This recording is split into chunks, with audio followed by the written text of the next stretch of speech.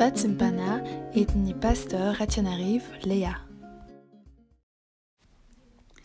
Amin'ny anaran'i Jesosy, aza matahotra ianao fa momba anao aho, ary aza mierikerika foana fa izao no Andriamanitra ao.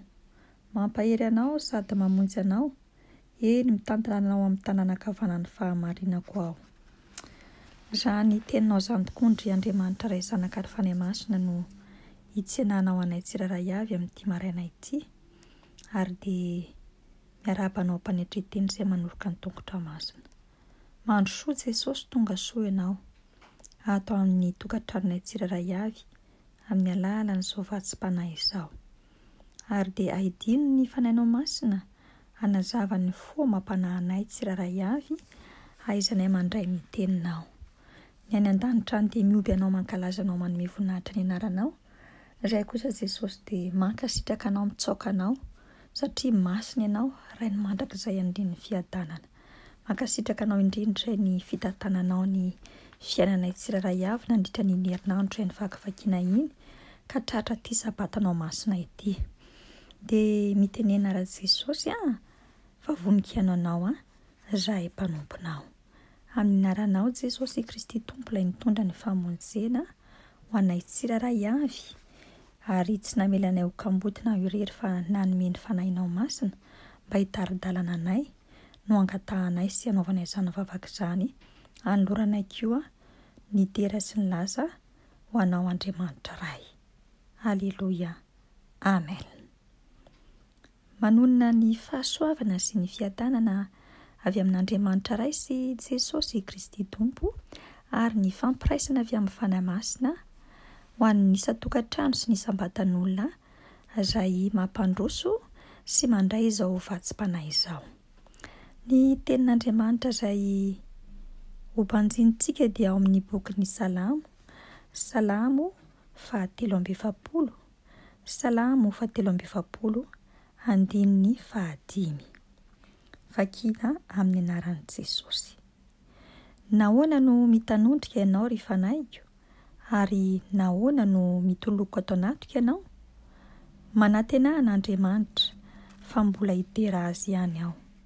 Izy no famonjena ny tavako sady Andriamanitro. Amen.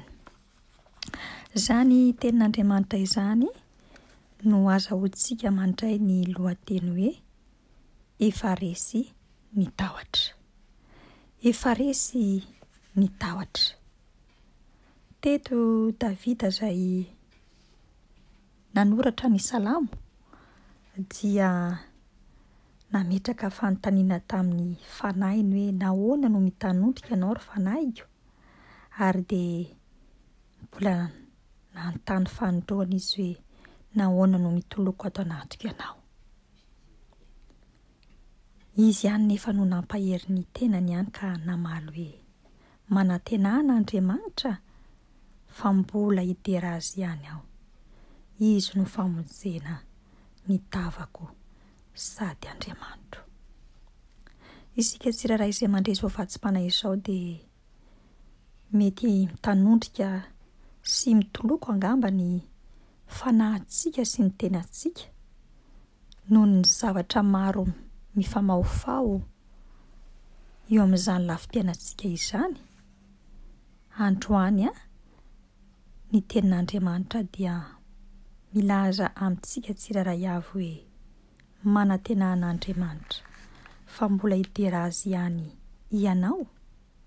Izy no famonjena ny tavantsika sady Andriamanitsika.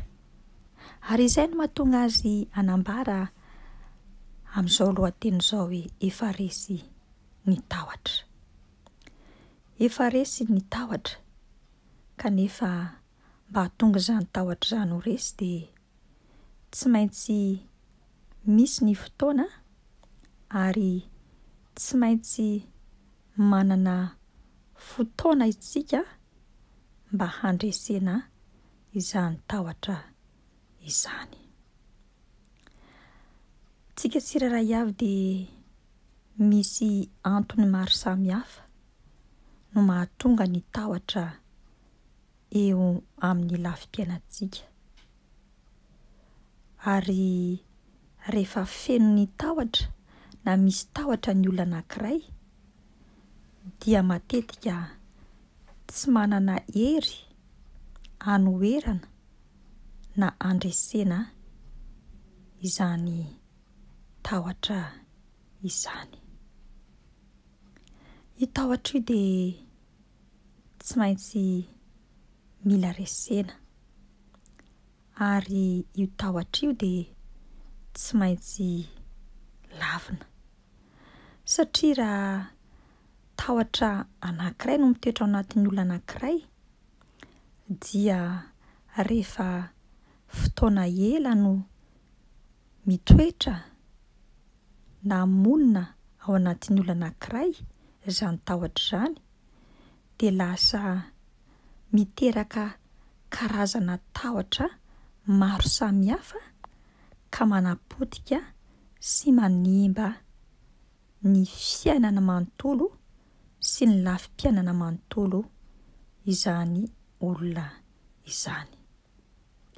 Ary ny tena zava-doza rehefa tafalatsa pakalalina ao anatin'ny fisainana sy ny fon'ny olona ary ny voa izay lalina indrindra izany tahotra izany. Tsy misy fanafody ny tahotra eto amin'izao tontolo izao, ary tsy misy zanak'olombelona afaka hanafaka na hanasitrana izany tahotra izany afa-tsy Jesosy Kristy Tompo avy any Nazareta ilay navitany famonjena. Ny fanafody izay atolony ho antsika tsiraray avy dia ny famakiantsika, ny fiainontsika ny tenin'Andriamanitra. Ary miaraka amin'izay dia ny vavaka, fa rehefa ny tenin'Andriamanitra sy ny vavaka no ampanjakaintsika tsiraray avy ao anatintsika ao dia lasa ho azy ny tahotra ary resy ho azy ny tahotra n'inona karazany. Ny olona anankiray izay miaina ao anatin'ny tahotra dia tsy maintsy mifanerasera ary mifandray matetika amin'ny kristianina marina izay nandray an'i Jesosy Kristy Tompo ho mpandidy sy mpanapaka ny fiainany. Izany hoe kristianina miaina ao anatin'ny tenin'Andriamanitra, kristianina mino an'i Jesosy Kristy Tompo, ilay telo izay iray dia ilay Andriamanitra iray zanaka ary fanahy masina, ary kristianina mandeha amin'ny lalan'ny fahamarinana sy miezaka miaina ao anatin'ny fahamasinana. Rehefa mifanerasera amin'ny mpanompon'Andriamanitra na ny zanak'Andriamanitra tahaka izany ny olona izay feno tahotra dia mazava ho azy fa mitsaoka sy mandositra ho azy ary miongotra ho azy makany amin'ny farimy rehetrafo ny fanahy sy ny devoly izay mitondra ny tahotra, satria efa mifanerasera koa sy mifampiserasera, mifampitafatafa amin'ny tena zanak'Andriamanitra marina. Ny olona miaina ao anatin'ny tahotra koa nefa dia matetika matahotra ny zara izany zava-manjoa azy izany. Ary izay nahatonga an'i Davida teto niteny hoe nahoana no mitanondrika ianao ry fanahigo, Ary nahoana no mitoloko ato anatiko ianao? Rehefa nitahotra no mameno ny fosiny saina mampanahy ny olona anankiray, dia mahatonga ny olona anankiray tena resy tanteraka. Ary raha mieritreritra ny traka aza izy ka mandeha amin'ny herin'ny tenany, dia mazava ho azy fa tsy maintsy mbola hitanondrika ihany ka mbola hitoloko. Amin'izao vanim-potoana izay iainantsika izao dia betsaka ny karazana tahotra izay mety hanafitra sy hamono ary hanapotika ny zanak'olombelona, ary indrindra koa andavo sy anakivy ny mpino kristianina sy ny mpanaradian'i Jesosy. Betsaka ny matahotra ny fahafatesana, nefa ny fahafatesana tsy manana hery, tsy manana fahefana. Tsarovy ry havako fa ny tahotra dia manao fihetsiketsehana fotsiny avy amin'ilay devoly fahavalo, fa isika rehefa miaina sy mifikitra amin'ny tenin'Andriamanitra ary voton'ny vavaka ka miezaka ny mifanerasera amin'ny zanak'Andriamanitra sy ny mpanompon'Andriamanitra, dia mazava ho azy fa mahazo ny hery avy amin'ilay fanahy masina isika tsiraray avy, ka mahatonga atsika handray ilay fitiavan'i Jesosy Kristy Tompo izay namita ny famonjena teo ambony hazo fijaliana, ary izay fitiavana izay amin'ny alalan'ilay hery ny fanahy masina no mahatonga ny tahotra hiala, handositra, ho resy, tsy hanana anjara toerana sy fahefana intsony eo amin'ny lafim-piainantsika tsiraray avy.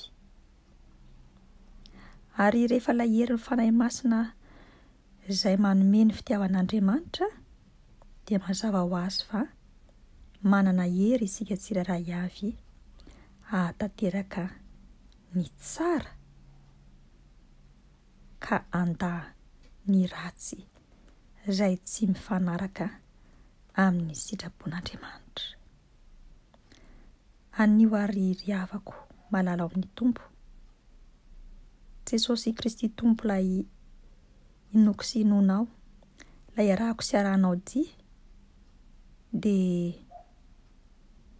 nibanjina n'Andriamanitra raika nandreseny ny tahotra tao anatiny, ka nahatonga azy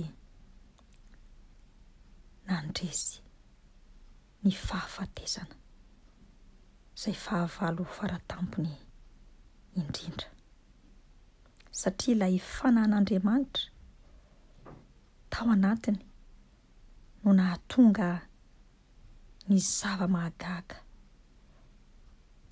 zavatra mahatalanjona, nahavariana sy nampitolagaga izao tontolo izao, fa na dia ny fahafatesana aza dia nanaiky azy. Ary androany koa Jesosy dia te hampahita indray ny masontsika tsiraray avy, te hampandre ny sofintsika, ary te hampilaza ny vavantsika fa ilay Andriamanitra tompon'ny fahefana rehetra ny an-danitra sy ety an-tany izay nahary ahy sy nahary anao no milaza sy miteny hoe efa resy ny tahotra, koa dia manantenan'Andriamanitra fa mbola hidera azy ihany isika, ary izy no famonjena ny tavantsika sady Andriamanitsika. Amen. Hivavaka isika ry havana. Ry Andriamanitra ray zanaka ry fanahy masonao, misaotra anao tokoa izahay amin'ity andro anio ity satria nampafantarinao anay fa efa resinao ny tahotra. Ka noho izany dia tsy hanatahotra intsony izahay, araka ny teninao hoe aza matahotra fa indro ao mombanareo mandrakariva ambara-pahatonga ny fahataperan'izao tontolo izao.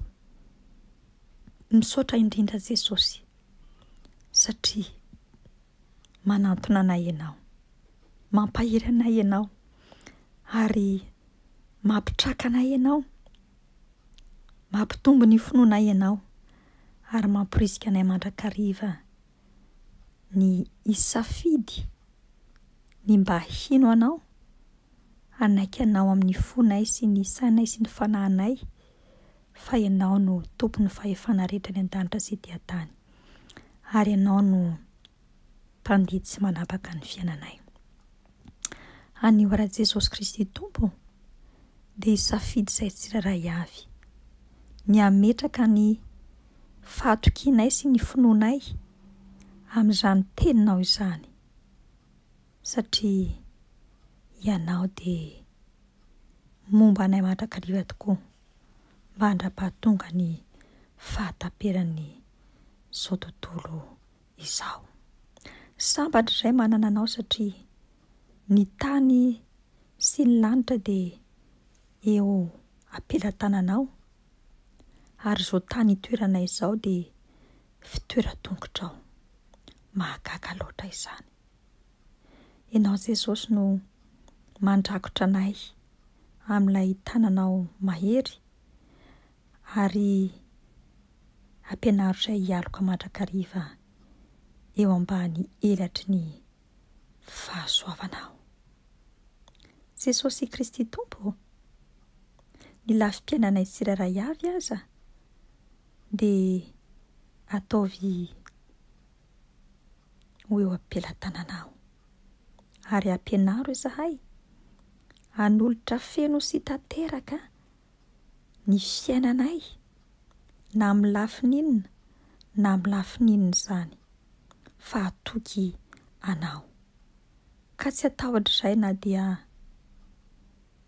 ino kodona na ino kiantra, satria Jesosy malalo fantatray fa velona ilay mpamonjy anay, ary ilay mpamonjy anay dia manome anay mandrakariva ny fanahin'ny masina izay mitoetra ao anatinay tsirairay avy. Tsy hanatahotra izay Jesosy amin'ireo zavatra maro samihafa izay mety hampiketraka izao tontolo izao. Tsy hanatahotra izay amin'izay mety vaovao ratsy hoeninay. Tsy hanatahotra izahay na amin'inona na amin'inona, satria fantatray fa ianao Andriamanitra izay mpiaro anay dia tsy matory na oviana na oviana. Jesosy malalo, aoka izahay hanana fo matoky anao, aoka izay tsirairay avy hanana fo feno fitiavana anao, dia hiaina tsy amitahotra, tsy amin'ny ahiahy, dia ho tanterahanao tokoa ny tsodranao masina manao hoe manantenan'Andriamanitra fa mbola hidera azy ihany aho, izy no famonjen'ny tavako sady Andriamanitra.